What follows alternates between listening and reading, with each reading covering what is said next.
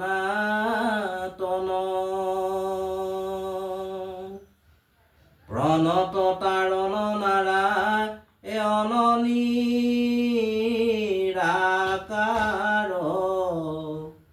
কৃষ্ণৰ চৰণে কৌটি কৌটি নমস্কাৰ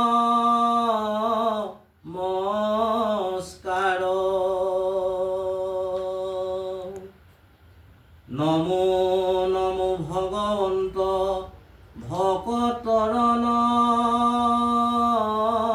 বনিধি হৰিক স্মৰণে আৰম্ভৰ কহিধি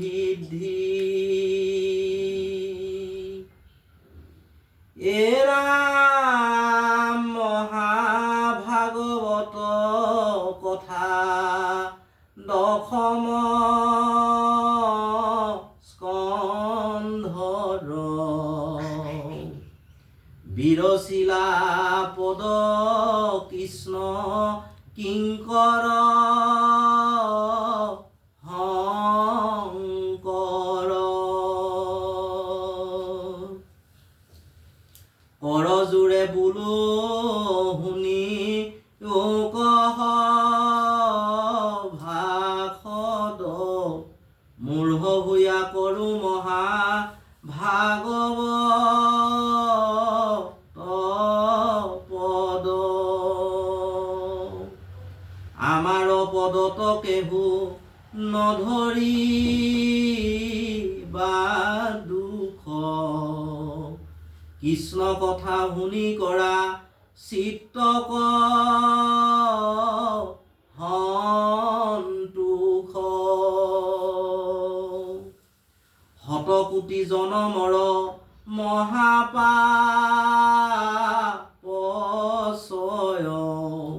যিটো মনুষ্যৰ নিৰন্তৰে ভৈলা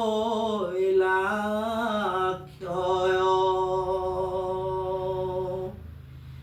এৰাম হিহি জনে কৃষ্ণ কথা শুনিবা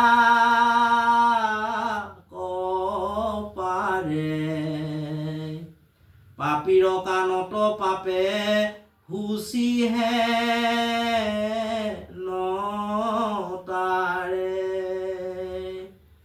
হেন জানি সাৱধানে শুনা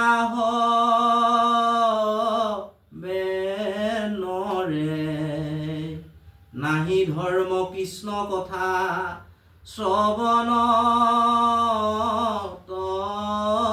পৰে তপ জপ যজ্ঞ মহা দান তীৰ্থ স্নান কোটি ভাগো নুহি কৃষ্ণ কথাৰ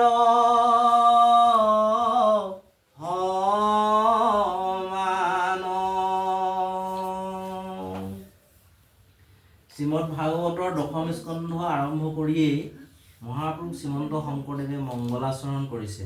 মংগলাচৰণ হ'ল যি আচৰণ কৰিলে আমাৰ মংগল হয়। গতিকে আমাৰ সজ আচৰণ থাকিব লাগে, সদাচাৰ থাকিব লাগে। গতিকে আমি আজি এই ভাগৱত শ্ৰৱণ কৰিবলৈ আমি সকলোৱে নীৰৱে বহিছোঁ আসনে ভূষণে। এইটো হ'ল আমাৰ এটা আজি পাঠৰ কাৰণে আচৰণ। কাইলৈ যদি একোগৰাকী ছাত্ৰ বা ছাত্ৰী কলেজত বা স্কুললৈ যায়, স্কুললৈ ইউনিফৰ্ম পিন্ধি যেনেকৈ যায়, স্কুলৰ জীৱনটোত তেওঁ স্কুলত গৈ পিনি প্ৰাৰ্থনা কৰে বা প্ৰে যেনেধৰণে কৰে, স্কুলৰ নিয়ম নীতিখিনি যেনেকৈ কৰে, আৰু এটা নিৰ্দিষ্ট সময়ত যাব লাগে, নিৰ্দিষ্ট সময়ত শিক্ষকে পঢ়ায়, মনোযোগে পাঠ গ্ৰহণ কৰে, সেইখিনি হ'ল এজন ষ্টুডেণ্টৰ ছাত্ৰ বা ছাত্ৰীৰ আচৰণ। ঠিক তেনেকৈ শিক্ষকৰ শিক্ষকতাৰ আচৰণ। আজি কলেজত যেনেকুৱা ধৰণৰ আচৰণ কৰে, সেই একেটা আচৰণ আহি ঘৰত নকৰে। কলেজত কৰা আচৰণটো তেওঁ শিক্ষকতাৰ আচৰণ।